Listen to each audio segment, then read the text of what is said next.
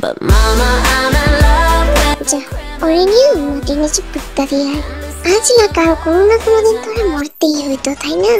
যা আজকেই না হয় অনেক ইচ্ছা খতম। এবারে জিজ্ঞাসা করে কেম আছে, আমি তো সোজা করে দেব আমি মারি নেই ওরে। আমি কেমনি ওরে মার শুট করলেও রোহটা তো আজই কবজ করে নিছি। দোষটা কি আমার? দোষ তো আমার না, আমার কেমনি দোষ হয়নি? তুই ওরে খুন করে নেই বললে আমার কথাটা মিথ্যা হবে না। আরে তুই রাফিন আন্না নে মাটির নিচে পুত্তা দে, যা মন চাই কর, ভালোই কুত্তায় খাওয়া, আই ডোন্ট কেয়ার। বলে জাকব এই জায়গা থেকে চলে যায় আর তার বাড়িতে চলে আসে। এই দে খুব খিদা পেয়েছে আমার, ততরি খাবার রেডি কর। আমি এক্ষুনি যেতেছি জাকব বলে এই জাকব আর নিজের জন্য খাবার রেডি করে। জাকব কোনো কিছু না বলে খুব নিশ্চুপ হয়ে খেয়ে দিয়ে উপরে চলে যায়। আসলে তে হচ্ছে জাকবের ওয়াইফ। তে একজন অনেক বড় মেয়ে, এর বাবা মা নেই, তার বাবা মা অনেক ছোটবেলাতেই মারা গেছে। সেও পড়ে গেছে একটি অনাথ আশ্রমে। তার ছোটবেলাতেই স্বপ্ন ছিল একজন কোনো লয়ার হওয়া, আর বড় হয়ে সে তার সেই স্বপ্ন পূরণ করে সে অনেক বড় লয়ার হয়। কিন্তু ইন্টারমিডিয়েট থাকাকালীন জাকব তেকে বিয়ে করে ফেলে। জাকব হচ্ছে অনেক বড় বিজনেসম্যান। আসলে সে তখন খুন কেন করলো? আসলে তার বিজনেসের থেকে অন্যের বিজনেস বেশি টাকা উঠুক সেটা জাকব কখনোই চায় না। যখন জাকব বুঝতে পেরেছে যে তার বিজনেস জাকবের বিজনেস থেকে উন্নত হওয়ার সম্ভাবনা বেশি, তার জন্য তাকে এই রাস্তা থেকে সরিয়ে দিয়েছে। তে এসব ব্যাপারে কোনো কিছুই জানে না। জাকব যে একজন মাফিয়া সেই সম্পর্কে কে কোনো ধারণাই নেই। জাকব যুব সাধারণের মাঝে একজন ভালো ভদ্রসভ্য মানুষ হিসেবেই থাকে, কিন্তু খুব বেশি রাগী। কিন্তু জাকব যে পিছনে এত বড় মাফিয়া সেটা কেউই জানে না। জাকব অনেক বড় বিজনেসম্যান, এই নামেই জাকব সবার কাছে পরিচিতি লাভ করে থাকে। কিন্তু জাকব যে এত বড় মাফিয়া সেটা কেউ জানে না, তেও জানে না। তে খুব সহজ সরল নম্রভদ্র একটা মেয়ে, তাকে যা বলে সে তাই করে। আর জাকব খুব রাগী বদমেজাজি একটা ছেলে। রাগী বদমেজাজি তো হবে, কারণ সেটা একজন মাফিয়া, কিন্তু কেউ তো জানে না যে সে একজন মাফিয়া। তারপরে চলে যেতে দেখে তেও জাকবের পিছন পিছন পড়ে যায় তার স্বামীর কাছে। আজকে জাকব অনেক বেশি রেগে আছে। জাকব বিছানার উল্টো পাশে শুয়ে আছে। এই দৃশ্য দেখে তেও গিয়ে জাকবের সাথে শুয়ে পড়ে। জাকবকে জড়িয়ে ধরে মাত্রই জাকব বুঝতে পারে যে এটা কি। কিন্তু প্রতিদিনের মতো আজকে আর জাকব তেয়ের দিকে ঘুরে দিকে জড়িয়ে ধরে শুয়ে নেই, কারণ জাকবের মেজাজটা খুবই হাই হয়ে আছে। তিনি জাকবকে পিছন থেকে জড়িয়ে ধরে জাকবের পিঠে হালকা হালকা করে ঠোঁটগুলো ছুঁয়ে দিচ্ছিল।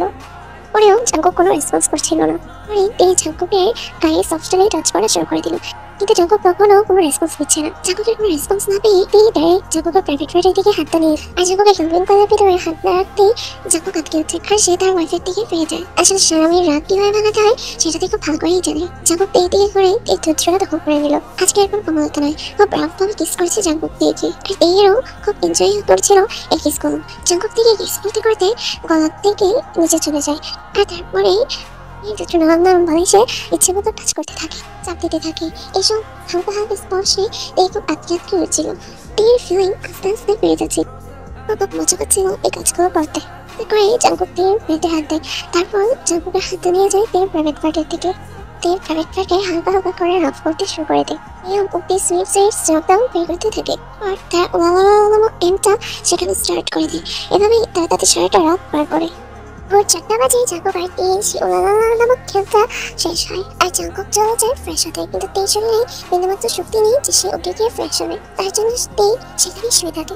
খুব ফ্রেশ হয়ে এসে তেকে আগের অবস্থাতেই দেখে, কিন্তু কোনো ওয়েট করে না, না করেই সে রেডি হয়ে অফিসে চলে যায়। 10টা-11টার দিকে উঠে তাড়াতাড়ি করে ফ্রেশ হয়ে সেও তার কাছে বেরিয়ে পড়ে। আজকে অনেক জরুরি একটা মিটিং আছে, যেহেতু সে একজন লয়ার সেহেতু তাকে অনেকক্ষণ ধরেই তাড়া করে থাকে। আর তার আজকে একটা কেস ছিল, সে একজন মাফিয়াকে করছে, যে মাফিয়াকে সবাই ভয় পায়, কিন্তু কেউ সেই মাফিয়ার খোঁজ অব্দি পাচ্ছে না। সেই মাফিয়ার বিরুদ্ধে দাঁড়ানোর সাহস কেউই হয় না, একমাত্র তে রাজি হয়েছে সেই মাফিয়াকে ধরার জন্য। তের সাহস দেখে তার অফিসের সবাই তো পুরোপুরিভাবে অবাক হয়ে গেছে যে একটা মেয়ে এতটা সাহস কিভাবে থাকে। তে খুব সন্তুষ্ট হলেও অফিসের ক্ষেত্রে সে কিন্তু একদমই সন্তুষ্ট না। সে খুবই রাগি চেপে থাকে, সবার সামনে সে নিজের ইমেজ খুব ভালোভাবে বজায় রাখতে জানে। আজকে জীবনের প্রথমবারের মতো তে সেই মাফিয়াকে সাথে দেখা করতে যাচ্ছে। ওরে আল্লাহ, আপনার সাথে মনে করা যাবে সেটা তো আমি ভাবতেই পারিনি। ম্যাডাম কি যে বলেন, আপনার সাথে যেন দেখা হয়ে যাবে সেটাও তো আমি কোনদিন ভাবতে পারি নাই। তাই নাকি? নেওয়ার ব্যাপারটাই বেস্ট ছিল, এখন ভেবে তো তুই দোষ করে ফেললি। ওয়েট, আমি দোষ করলাম? জীবন জেগে ওয়েট, এভাবে? আর আপনি এখানে কেন এসেছেন? তা ঘর সংসার নেই নাকি আপনার? ঘর সংসার তো অবশ্যই আছে, কিন্তু তোদের মতো জানোয়ারকে শাস্তি দেওয়ার জন্য ঘর সংসার ফেলেও আমাদের মতো মেয়েদেরকে বাইরে বেরিয়ে আসতে হয়, যাতে আর কোনো মেয়ের সাথে এরকম অন্যায় না হয়। ওরে আল্লাহ, আমি আমার কি করলাম? আর কোন মেয়েদের জাস্টিস পাওয়ানোর কথা বলছেন আপনি? আপনার সাথে কিছু হয়েছে? আমার সাথে কি হবে? আমার সাথে কিছু হয় নাই। যদি আপনার সাথে কিছু নাই হয়ে থাকে তাহলে আরেকজনকে জাস্টিস পাওয়াইতে আসছেন কেন আপনি? সবই মেজার, বুঝতে পারছেন? যদি দরদ থাকে তাহলে যদি কিছু না হয় আমার সাথে তাহলে আমি মেয়ে হয়ে অন্য একটা মেয়েকে ঠিকই বাঁচাতে যাবো। এটাকে বলে মনুষ্যত্ব, যেটা আপনার মাঝে নেই। ঠিকই বলছেন আপনি ম্যাডাম। আসলে আমার মাঝে কোনো মনুষ্যত্ব নেই, থাকার তো কোনো কথা না। আমি যে একজন মাফিয়া, মনুষ্যত্ব থাকবে কেমনে? সেটাই তুই পুরুষ রূপে জামার করে আল্লাহরে প্রথম দেখা দিয়ে এরকম একটা খেতাব দিয়ে দিলেন। আমি যদি পারতাম তাহলে পৃথিবীর সবচেয়ে বাজে বাজে কথাগুলো তোকে শুনে যেতাম। কিন্তু না, এটা আমার সাথে যায় না। এটা জানিস, কারণ এটা একটা কোর্ট, এন্ড কোর্টে আজে বাজে কথা আমি বলতে চাই না অ্যাজ এ লয়ার। ভালো একটা নিয়ম কানুন মানেন আপনি। ভালো নিয়ম কানুন মেনে চলো, অনেক ভালো। হ্যাঁ, নিয়ম কানুন মেনে চলে দেখি তো তোর মতো জামাকে ধরে চান্স পেলাম। অবশ্য কথাটা ঠিকই বলছেন, ভুল বলেন নাই। তবে আজকের মতো ছেড়ে দেন, আমাদেরকে আটকে রেখা কোনো লাভ নেই। কোনো এভিডেন্স জোগাড় করতে পারবেন না কিন্তু ম্যাডাম। এভিডেন্স?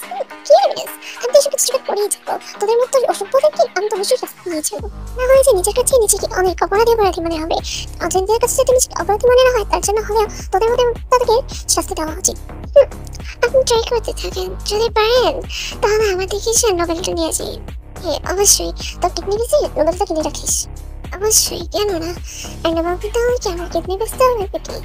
আমার কাছে হবে অনেক পয়সা। আমি আবার আপনাদের মতো ফকির নি না, বুঝতে পারছেন?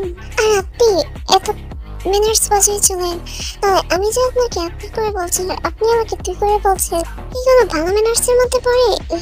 আমার তো মনে হয় না। এটা যদি ভালো ম্যানার্সের মধ্যে নাও পড়ে থাকে তাহলে আমার মনে হয় এটা গ্রেট। কারণ তোদের মতো জানোয়ারদের সাথে ভালো ব্যবহার এই জিনিস হয় না, সবার সাথে তার সব ব্যবহার যায় না, তাই না? তার জন্য তোদের মতো জানোয়ারদেরকে দেখলে ভালো ব্যবহার আমার মুখ দিয়ে বের হয় না। কথাটা একচুয়ালি তেমন একটা ভুল না, আবার তেমন একটা সঠিক না।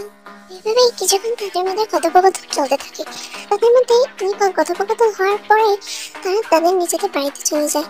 বাড়িতে চলে আসে, কিন্তু বাড়িতে এসে এই আর তার স্বামীকে খুঁজে পায় না। এত রাতে কোথায় গেল তার স্বামী? খুঁজতে খুঁজতে বারান্দাতে যায়, গিয়ে দেখে জানক সেখানে ওয়েট করছে তার জন্য।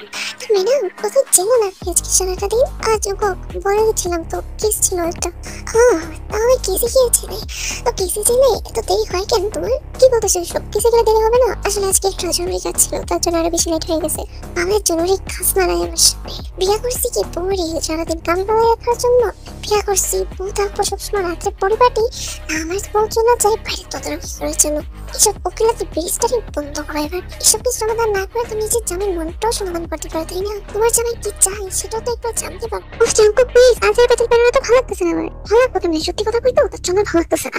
এখন আমি যে বলি কোনো কিছু ভালো লাগবে না। যদি এখন তো সরেরা কিছু বলতো তখন মেনটা হয়ে তোর মারতি। জাঙ্কুক সাথে কাজ করে আসার পর এসব কথা শোনার কোনো মানেই হয়। এর এসব ফালতু ছাড়ি শুনে জাঙ্কুক রেগে এখান থেকে চলে যায়। জাঙ্কুকে চলে যেতে দেখে খুব ভালো করে বোঝা যায় যে তার হাজবেন্ড খুব বেশি রেগে গেছে।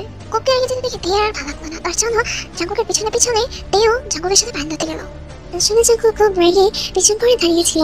এবারের জন্য দেখতে পারেনি যে এসে দাঁড়িয়ে আছে সেদিকে যেন জাঙ্কুকের কোনো নজর এনে গিয়ে জাঙ্কুকের পিছন থেকে হাত করে, কিন্তু তারপর জাঙ্কুকের কোনো রেসপন্স আসে না। জাঙ্কুকের কোনো রেসপন্স না পেয়ে জাঙ্কুককে হাত করা অবস্থাতে জাঙ্কুকের সরাসরি হাত বোলাতে থাকে। বারবার জাঙ্কুকের লিটল বাড়িতে হাত বোলাচ্ছিল। জাঙ্কুকের লিটল বাড়িতে বারবার হাত বোলানোর কারণে জাঙ্কুক নিজে জন্য ফিল করছিল। তেও দুষ্ট কম না, তেও জাঙ্কুকের লিটল বাড়িতে হাত দিয়ে হাত বোলাতে হঠাৎ করে একটু জোরে চেপে ধরে, যার কারণে জাঙ্কুক আরো বেশি উত্তেজনা ফিল করতে থাকে। জাঙ্কুক আর নিজেকে সামলাতে না পেরে তেকে জাঙ্কুকের সঙ্গে নিয়ে আসে আর তেকে রাস্তায় কিস করতে থাকে। তারপর তেকে কোলে করে বিছানাতে নিয়ে যান। তেকে বিছানাতে নিয়ে শুয়ে দেয় জাঙ্কুক এর উপরে উঠে পড়ে। এই ফোন দিয়ে তের জাঙ্কুকটা ছিঁড়ে এর বালিশ থেকে উন্মুক্ত করার সময় জাঙ্কুকের স্পেশাল দেয়। জাঙ্কুকের হাতে স্পর্শে তের বালিশটি অনেক বড় হয়ে গেছে, সেটা জাঙ্কুক খুব ভালো করে বুঝতে পারে। জাঙ্কুক তের এই বড় বড় বালিশ দেখে কখনোই নিজেকে সামলাতে পারে না, আর তার জন্য জাঙ্কুক ভাবলে পরে তের বালিশের দিকে সব কিছু দেখে বালিশ এখানে এটাকে কিছু মজা হলেও প্রয়োজনীয় সুস্থ হয়ে যায়। তারপর আস্তে আস্তে করে পেনটা হয়ে যায়। তারপরে জাঙ্কুকের পরবর্তী দেখে আঘাত করে এটা আমার শরীরে খুব আনন্দ হচ্ছে না। আর এমনি অনেকটা এভাবে এগিয়ে রয়েছে। এই আঘাত করে খুব ভালো লাগছে। সকলে নির্দেশে আর এই সময় জাঙ্কুকের মুখে যখন জাঙ্কুকের পড়ানো যুদ্ধকে আরো বেশি ভালো দেয়। জাঙ্কুকের যুদ্ধের প্রভু রাজ্যকে দেখে জাঙ্কুকের যুদ্ধের জন্য প্রথম ক্রমাগত ঘুরে চলেছে। সারা রাত যুদ্ধ চালানোর পর ঝগড়া করে জাঙ্কুক দেখে ছিল আর ওদের একটা হয়ে এসে ওকে আবার চলে দেয়।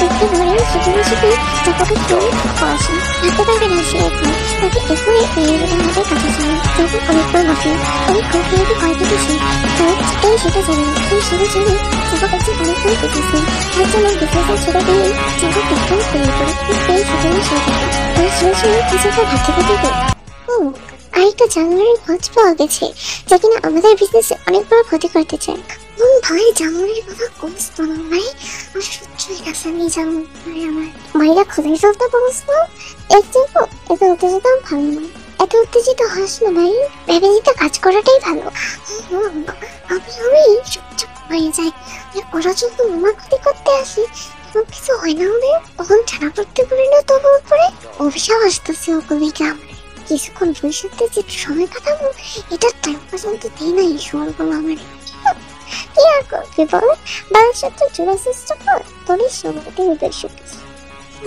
বাড়ির সূত্র জোড়াইছিলাম আর সহ্য হইতেছে না সূত্রগুলো আমার সত্যি হয়ে কি আর না হয়ে কি যা হয় তা তো হইতেছি যাতে এসব কিছু বাদ দিয়ে একসাথে ভালো টিভিতে অর্ডার দেয় আমি সুন্দর করে লোকজনকে পাঠাই ওই মেয়েরা কুত্তা করার জন্য তোলা জিজ্ঞাসা করিস কেন মেরে যেটা করার তাড়াতাড়ি করবেই না করতেও তো ডর কিছু করলে আমার দোষ হয়ে যাবে তারপরে আবার আমার কেবানি খেতে কেবানি তোকে এমনিতেও খাবি আর অমনিতেও খাবি তোর যেটা করতে বলছি সেটা তাড়াতাড়ি করে কর যেতেছি আর পর দরকার নেই না বলে সেটা চলে যায় ওদেরকে আদেশ দেওয়ার জন্য যে ওকে মেরে পুঁতে ফেলতে আমার সত্যিটা বুঝতেই পারতেছি না কি রোদ্র আর মতো ধরতেছে না আমি জানি এটা ওরই কাজ শুরু থেকে আমার পিছনে লেগে আছে সে মজা পাই না মজা পেয়ে আমার পিছনে লেগে সেটা অর্ডার দিয়ে জাগরের কাছে চলে আসি আর জাগরের সাথে এসে পিছনে অতপ্রদান করতে থাকে বাস সূত্র চলে তো এমনই হয় একটা সূত্র এসে জোরসে দিল আপনার কপালে যে শুরু থেকে আপনার পিছনে একটা মতো লাগে আসছিল দুর্ভাগ্যবশত এখনো জানতে পারলাম না এটা ছেলের নামে আমি ভালো জানি কোনোদিন জানতে পারবো কি পারবো না।